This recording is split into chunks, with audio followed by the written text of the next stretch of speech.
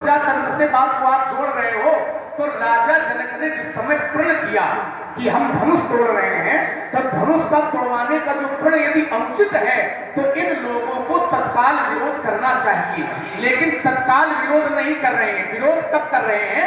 विरोध तब कर रहे हैं तो कह कुलसौ धमचाई कठोरा और कह श्यामल मृदुगात किशोरा। विरोध तब कर रहे हैं जब इन्होंने किसी को रूप को देखा। रूप कब देखा? जब उनको लगा कि ये रूप वाला व्यक्ति सीता के योग्य है। ठीक है, अवस देखिए देखन जोगू, तो जो सीता के योग्य है बर सावरो जानकी जोगू, उस योग्य वर को जब इन्होंने देखा तो इनके मन में ये संशय, इस बात को समझने का प्रयास करो, इनके मन में ये संशय है कि हो सकता है इन कठोर से धनुष न टूटे, ये धनुष कठोर है और ये कोमल है, तो ऐसा किया जाए कि बिनु भंजे भव धनुष विशाला और मैली सी अमुक उर्माला।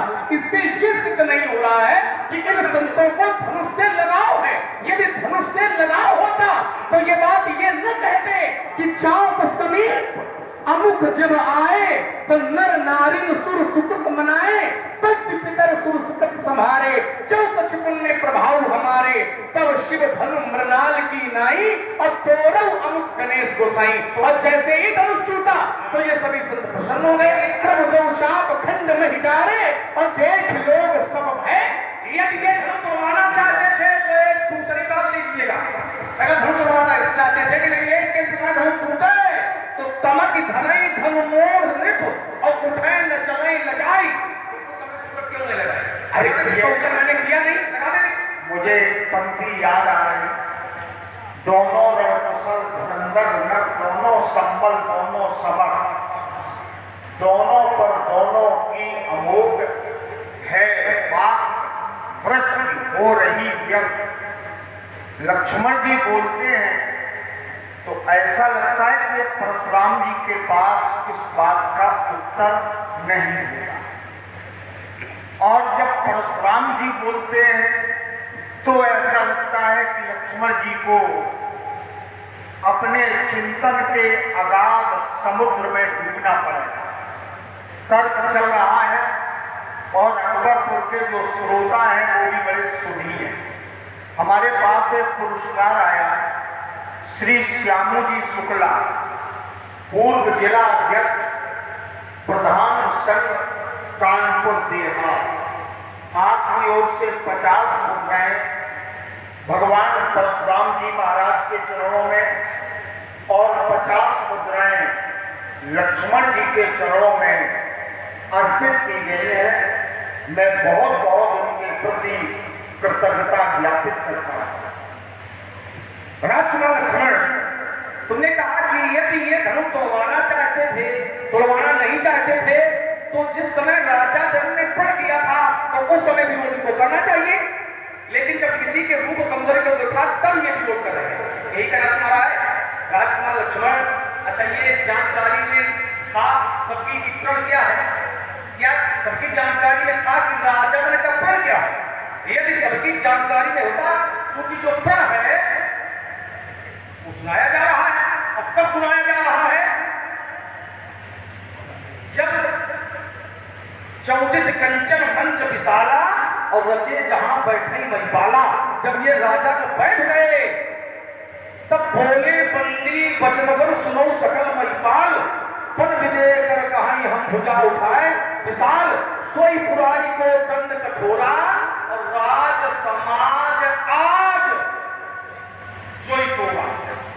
और अगर ये प्रण सबकी जानकारी में होता कि प्रण किसके लिए है, प्रण क्या है, तो फिर राजा को सीधे आकर के यहां बैठ जाते। देखिए, मुझे लगता है कि तर्क का रस निकला जरूरी है थोड़ा सा बोलो। यद्यपि हमें बोलने का अधिकार नहीं, हम श्रोता आनंद लेते, लेकिन जिस समय रूप देखा वो नेत्र का विषय है। मैं किसी पक्ष की बात नहीं कर रहा, रूप नेत्र का विषय है और संदेह चिंतन ये हमारी बुद्धि और मन के संसर्ग का विषय है। नेत्रों ने रूप देखा तो निर्णय कर लिया, जब तुलनात्मक चिंतन हुआ कि कहाँ धनुष और कहाँ ये तोड़ने वाला, तो वहां पर नेत्र पीछे हो गए और मति आ गई। तो जब मति आ गई तो हमारे यहाँ एक शब्द बोला जाता है कि मति सबकी अलग अलग होती है, और इसी को आगे बाबा ने प्रमाणित कर दिया। ये बात लक्ष्मण जी के पक्ष में भले ही चली जाए, लेकिन सत्य ये है सबकर संशय अज्ञानी, मंद महीपन कर अभिमानी। जो उठे थे वो मूढ़ थे, और अभिमान ही मूर्खता देता है। बिना अभिमान के, बिना माया के कोई मूढ़ हो ही नहीं सकता है, ये सिद्धांत है। तो जब इसकी हम शब्द की रचना और शब्द की असीम गहराई में प्रवेश करेंगे तो कहीं न कहीं ये लगेगा कि इस संवाद में गंभीरता है, इस संवाद में रोचकता है, इस संवाद में वाक्पटुता है, और इस संवाद में अपनी बुद्धि का सत्य चिंतन भी उपस्थित हो रहा है, जिसमें हम लोग अवगाहन करते हैं। देखिए महाराज, आप उनसे हमारी उनसे लेकिन देखिए, आपने कहा कि ये जो देखना है, दृष्टि देखने का विषय है और संशय ये अलग विषय है। तो जहां पर दृष्टि का विषय है वहीं मति का भी विषय है। वहीं पर अमुक देखना धारियां बढ़ रहे हैं, शब्द प्रयोग हो जाएगा। अमुक रूप अब सी छवि देखे, नर नारिन परिहरिय निमेखे, सोचई सकल कहत सब चाही, विदिशन विनय करे मन माही, हर विधि वेग जगत जड़ताई और मति हमारी। देखिए दोनों प्रयोग है वहां। निर्णय हो गया। मैं आपकी बात न काट रहा हूं, न लक्ष्मण जी की बात काट रहा हूं, मैं तुच्छ प्राणी। देखिए लेकिन निर्णय हो गया। वो आपका बचाव भी केवल इस बात से हो गया, एक शब्द से हो गया कि ये बात भले ही लक्ष्मण जी के पक्ष में चली जाए, तो भले ही शब्द से आपकी भलाई हो गई है, उसी में काम करो, चक्कर में इसमें क्या होगा। वैसे इसमें ये चौपाई जो पढ़ी जा रही है, नेत्र कभी विचार नहीं करते। नेत्र का काम है रूप का देखना, कान का जो गुण है वो सुनना है। तो कान सुनते हैं, ये हमारी जो 5 ज्ञानेंद्रियां हैं, ये देखती हैं, सुनती हैं, स्वाद लेती हैं, और ये सारे के सारे दृश्य को मन के पास भेजती, और मन के ऊपर बुद्धि का अंकुश रहता है। तो आपकी अरदाली में तीनों ही शब्द आ रहे हैं। मति शब्द भी आ रहा है, देखना भी आ रहा है, और इसके बाद में चिंतन भी आ रहा है। अतः कहीं न कहीं मुझ तुच्छ प्राणी की बात रामचरितमानस से जुड़ रही है। आपसे जुड़े अथवा नहीं होगी पर। अच्छा, आपकी जुड़ रही, तीनों बातें याद आ गई। देखना नेत्रों का विषय है, मति और चिंतन, फिर विचार पर ना हो और सी अमुक कर कहे, ये चिंतन भी आ रहा है। हो गई बात। देखिए महाराज, मैं ये समझता हूँ इस तरह का निर्णय जो है वो हो गया है। दूसरी समझ गए लोगों को जो समझना था, तो एक ही बात को भी बार बार प्रस्तुत किया जाएगा तो आनंद बनेगा नहीं। इसलिए दूसरी बात की जाए इस पर, केवल यदि जो है आपने अभी पंक्ति पढ़ी कि जब धनुष तोड़ने का प्रण रखा गया तो सबकी जानकारी में ये बात नहीं थी। तो जिस समय प्रण सुनाया गया है उससे पहले भी इन लोगों को पता था। यदि प्रण पहले नहीं था तो फिर ये कहां ले जाओगे कि जो सख इन्हें देख नर नाहू तो पद परिहर हठ करे विबाहू। तो दूसरे ने तत्काल कहा कि सख परंत पन राव न तजई विधि बस हठ अभिवेक जय। इससे ये सिद्ध हो रहा है कि पूरी बात तुमने सुनी नहीं। हमने पूरी बात सुन ली। क्या सुनी पूरी बात? हमने पूरा ये सुना था। आपने कहा कि जिस समय सुनाया गया है 34 कंचन मंच विशाला, वहां पर ये प्रण सुनाया गया है। फिर पुनरावृत्ति किए दे रहे करो। ये प्रण क्या है और किसके किसके लिए, ये मैंने प्रयोग किया था।